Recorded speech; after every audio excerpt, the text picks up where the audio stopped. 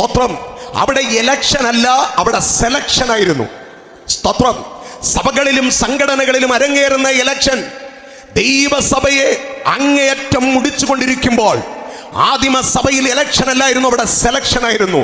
എന്താണ് സെലക്ഷന്റെ പ്രാധാന്യത? ഒന്ന്, അവരുടെ ക്വാളിറ്റി ആത്മനിറവുള്ളവരായിരിക്കണം. പരിശുദ്ധാത്മാവിനാൽ നിയോഗിക്കപ്പെട്ട് പരിശുദ്ധാത്മാവ് ഗൈഡ് ചെയ്യുന്ന, പരിശുദ്ധാത്മാവിന്റെ ആലോചനയ്ക്ക് ചെവി കൊടുക്കുന്ന, പരിശുദ്ധാത്മാവിന്റെ ഇടപെടലിന് ഒതുങ്ങി നിൽക്കുന്ന ഒരു കൂട്ടം വ്യക്തികളായിരിക്കണം അവനൊരു നേതൃത്വ സ്ഥാനത്ത് വരാൻ. രണ്ടവരാരായിരിക്കണം? വചനപരിജ്ഞാനമുള്ളവരായിരിക്കണം, ദൈവിക അറിവുള്ളവരായിരിക്കണം, വചനത്തിൽ ആഴമേറിയ ജ്ഞാനമുള്ളവരായിരിക്കണം. മൂന്ന്, ഇത് മാത്രം പോരാ, സഹോദരങ്ങളുടെ ഇടയിൽ, ജനത്തിന്റെ ഇടയിൽ നല്ല സാക്ഷ്യമുള്ളവരായിരിക്കണം അധികാരത്തിൽ വരേണ്ടിയത്. അങ്ങനെ 7 പേരെ തിരഞ്ഞെടുത്തു. അപ്പോസ്തലന്മാർ വിളിച്ചു പറഞ്ഞു, ഞങ്ങൾ വചന ശുശ്രൂഷയിലും പ്രാർത്ഥനയിലും ഉറ്റിരിക്കും. ഞങ്ങളുടെ ജോലി വചന ശുശ്രൂഷ, പ്രാർത്ഥന, വചന ശുശ്രൂഷ, പ്രാർത്ഥന. മേശമേൽ ഞങ്ങൾ വിളമ്പാൻ വരില്ല, മേശമേലുള്ള പ്രശ്നം തീർക്കാൻ ഞങ്ങൾ വരില്ല.